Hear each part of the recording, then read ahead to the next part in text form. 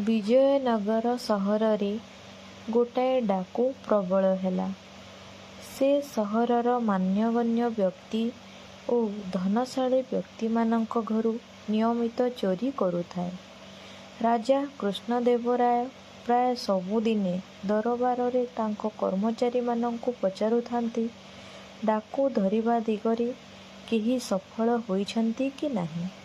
କିନ୍ତୁ ସବୁଦିନେ ସେ ଖବର ପାଉଥାନ୍ତି କି ନା ସେ ଦିଗରେ କିଛି ବି କରାଯାଇ ପାରିନାହିଁ। ରାଜାଙ୍କ ପ୍ରଶ୍ନରେ କଟୁଆଳ ଏବଂ ଅନ୍ୟାନ୍ୟ କର୍ମଚାରୀଙ୍କ ମୁହଁ ଶୁଖି ଯାଉଥାଏ। ଫଳରେ ସେମାନେ ମୁଣ୍ଡ ତଳକୁ କରି ଠିଆ ହୋଇ ରହୁଥାନ୍ତି। ଦିନେ ରାଜାଙ୍କ ବିଖ୍ୟାତ ବିଦୂଷକ ତେନାଲି ରମନ କହିଲେ, ମହାରାଜ, ସାଧାରଣ ଗୁପ୍ତଚର ବା କର୍ମଚାରୀମାନେ ଏଭଳି ଡାକୁକୁ ଆଦୌ ଧରିପାରିବେ ନାହିଁ। ଏ ପ୍ରକାର ଡାକୁକୁ ଧରିବା ସକାଶେ ମନ୍ତ୍ରଶକ୍ତି ଦରକାର। ରାଜାଙ୍କ କଟୁଆଳ ଏହା ଶୁଣି ବିରକ୍ତ ହୋଇ କହିଲେ, କ'ଣ ଅବାନ୍ତର କଥା କହୁଛ ବୟସ୍ୟ? ମନ୍ତ୍ରଶକ୍ତି ଦ୍ୱାରା ଯଦି ଡାକୁ ଧରି ହେବ, ତେବେ ସେ ମନ୍ତ୍ର କ'ଣ କହୁନା। ତାପରେ ସେ ବିଦୂଷକ ଗମ୍ଭୀର ହୋଇ ଉତ୍ତର ଦେଲେ, ଏଡ଼େ ସହଜରେ କହିଦେବି। ତାଙ୍କ କଥା ଶୁଣି କଟୁଆଳ ପ୍ରସ୍ତାବ ଦେଲେ, ଯଦି ତମକୁ ସେ ମନ୍ତ୍ର ଜଣାଅଛି, ତେବେ ତମେ ନିଜେ ଧରୁନାହଁ। ସେପରି କଲେ ମୁଁ ତାହେଲେ ତମକୁ ମୋ କଟୁଆଳ ପଦ ଛାଡ଼ିଦେବି।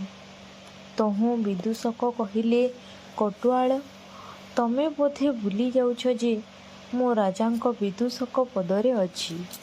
ଏବେ ପୁଣି ମୁଁ କେଉଁ ଗରଜରେ କଟୁଆଳ ହେବି? ବରଂ ତମେ ଯଦି ତମ ବର୍ଷକର ଦରମା ମୋତେ ଦେଇଦେବ, ତେବେ ମୁଁ ମୋ ମନ୍ତ୍ରଶକ୍ତିର ପରିଚୟ ଅବଶ୍ୟ ଦେଇପାରେ। ତାଙ୍କର ଏଭଳି ପ୍ରସ୍ତାବ ଶୁଣି କଟୁଆଳ କହିଲେ, ମନ୍ତ୍ରଶକ୍ତିର ଅନ୍ୟ କିଛି ପରିଚୟ ମୋର ଲୋଡ଼ା ନାହିଁ। ଯଦି ମନ୍ତ୍ର ଦ୍ୱାରା ଡାକୁ ଧରି ଦେଇପାରିବ, ତେବେ ମୁଁ ମୋର 2 ବର୍ଷର ଦରମା ତମକୁ ଦେଇଦେବି। ବିଦୂଷକ ସେଥିରେ ରାଜି ହୋଇ ସେଠାରୁ ବାହାରିଗଲେ। ସହରର ଗୋଟିଏ ଛକ ଉପରେ କେତେଜଣ ଅମାତ୍ୟ ବସିଥାନ୍ତି। ବିଦୂଷକ ସେଠିକୁ ହାଇ ମାରି ମାରି ଯାଇ ପହଞ୍ଚିଲେ। ଜଣେ ପଚାରିଲେ, କି ହୋ ରମନ, ଏଭଳି କାହିଁକି ହାଇ ମାରୁଛ? ରାତିରେ ଶୋଇନାହଁ କି? ବିଦୂଷକ କହିଲେ, ନା ଭାଇ, ଡାକୁ ଡରରେ ମୁଁ ଶୋଇପାରି ନାହିଁ। ଅମାତ୍ୟ ଟିପ୍ପଣୀ ଦେଲେ, ଅର୍ଥାତ୍ ଘରେ ବହୁତ ଟଙ୍କା। ଏକଥା ଶୁଣି ବିଦୂଷକ ହସିଦେଇ ସେଠାରୁ ଚାଲିଗଲେ। ଆହୁରି ବି ଗୋଟାଏ ଦୁଇଟା ସ୍ଥାନରେ ବିଦୂଷକ ପରୋକ୍ଷରେ ପ୍ରଚାର କରିଦେଲେ ଯେ ତାଙ୍କ ଘରେ ବହୁତ ଟଙ୍କା। ପରଦିନ ରାତିରେ ସେ ଶୋଇଛନ୍ତି, କେହି ଘରେ ପଶିବାର ସେ ବୁଝିପାରିଲେ। ପୂର୍ବରୁ ସେ ତ ତାଙ୍କ ସ୍ତ୍ରୀଙ୍କୁ ତାଲିମ ଦେଇ ରଖିଥାନ୍ତି।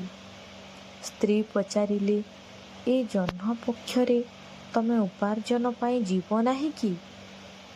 ଉତ୍ତର ଆସିଲା, ନା, ଏଥର ନୁହେଁ, ଆଗାମୀ ଜହ୍ନ ପକ୍ଷକୁ ଯିବା। ସ୍ତ୍ରୀ କହିଲେ, ଆଚ୍ଛା, ତମେ ମୋତେ ସେ ମନ୍ତ୍ରଟି କହିଦେବ ବୋଲି 100 ଥର ପ୍ରତିଶ୍ରୁତି ଦେଇ ତାହା ରଖିନାହଁ। ଆଜି ଯଦି ନ କହିବ, ତେବେ ମୁଁ ଅବଶ୍ୟ ମୋ ପ୍ରାଣ ହାରିବି। ବିଦୂଷକ ପଚାରିଲେ, ତମ ପେଟରେ କଥା ରହିବଟି? ମୁଁ ରାଜାଙ୍କ ଖଜଣାଖାନାରୁ ଚୋରି କରୁଛି। ଥରେ ଏକଥା ଜଣା ପଡ଼ିଗଲେ, ଜାଣ କଥା ସରିଲା। ସ୍ତ୍ରୀ କହିଲେ, ମୁଁ କାହାରିକୁ କିଛି କହିବି ନାହିଁ ବୋଲି ଶପଥ କରୁଛି। ବିଦୂଷକ କହିଲେ, ରାଜାଙ୍କ ଉଆସର ପୂର୍ବପଟ ପାଚେରୀ ଉପରକୁ ଉଠିଗଲେ ଗୋଟାଏ ଝରକା ଦେଖିବାକୁ ମିଳିବ। ସେ ଝରକା ଉପରେ ତ ଠିଆ ହେବା ସମ୍ଭବ। ପାଚେରୀରୁ ଝରକାକୁ ଯାଇ ତାକୁ ଖୋଲି ହେବ, କାରଣ ଭିତର ପଟରୁ ଝରକା ବନ୍ଦ ନଥାଏ। ସେଇଠି ଅପେକ୍ଷା କରିବାକୁ ହେବ, ଯେମିତି ଜହ୍ନ ସିଧା ସେ ଝରକାରେ ପଡ଼ିବ। ସେମିତି ମନ୍ତ୍ରଟି 3 ଥର ପଢ଼ି ଭିତରକୁ ଲମ୍ଫ ଦେବାକୁ ହେବ। ଜହ୍ନ କିରଣ ଦୋଳି ଭଳି କାମ ଦେବ। ଧୀରେ ଧୀରେ ସେ ଆଣି ଭିତରେ ପହଞ୍ଚାଇ ଦେବ। ତାପରେ ସିନ୍ଦୁକରୁ 3 କ୍ଷେପରେ ଯେତିକି ସମ୍ଭବ ସେତିକି ବିତ କାଢ଼ି ନେଇ ପୁଣି 3 ଥର ମନ୍ତ୍ରଟି ପଢ଼ି ଉପରକୁ କୁଦିଲେ ଜହ୍ନ କିରଣ ପୁଣି ଧୀର ଭାବରେ ଆଣି ଝରକାରେ ପହଞ୍ଚାଇ ଦେବ। ମନ୍ତ୍ରଟି ହେଲା ଉଭ୍ରାନ୍ତି ଉଭ୍ରାନ୍ତି ଉଭ୍ରାନ୍ତି। ଓ ଏମିତି କଥା। ସ୍ତ୍ରୀ ଏତକ କହି ଶୋଇଯିବାର ଅଭିନୟ କଲେ।